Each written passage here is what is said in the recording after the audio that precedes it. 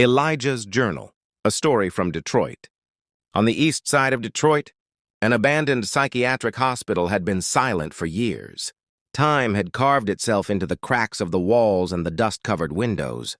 A rusted sign still swung loosely, Elmwood Psychiatric Center. The wind whispered through the halls like echoes of long-forgotten cries. That morning, a man approached the building alone. Robert Downey Jr. This wasn't a movie scene. There were no cameras, no manager, just him, a man who had come to face the past. Someone who had left his darkest days behind, but hadn't quite made peace with the silence inside. He gently pushed the door open. The creak carried the weight of years. As he stepped in, it felt like stepping into a hollow world. The hallways stretched endlessly, doors hung ajar, and the air was heavy with damp stillness. But he just walked, quietly. In one of the rooms, possibly an old records office, he found it. A thick, dust-darkened journal resting on a metal desk. One name on the cover, Elijah. Downey picked it up. As his fingers brushed away the dust, the pages opened on their own. The first line read, "If someone finds this journal, please stop."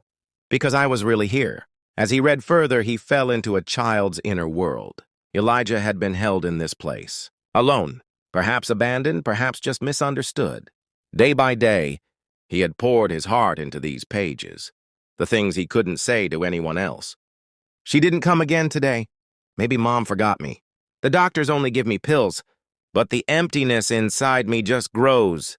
If just one person, just one, had told me you matter, that would be enough." One page stopped him in his tracks. A drawing, a child holding a giant heart with both hands.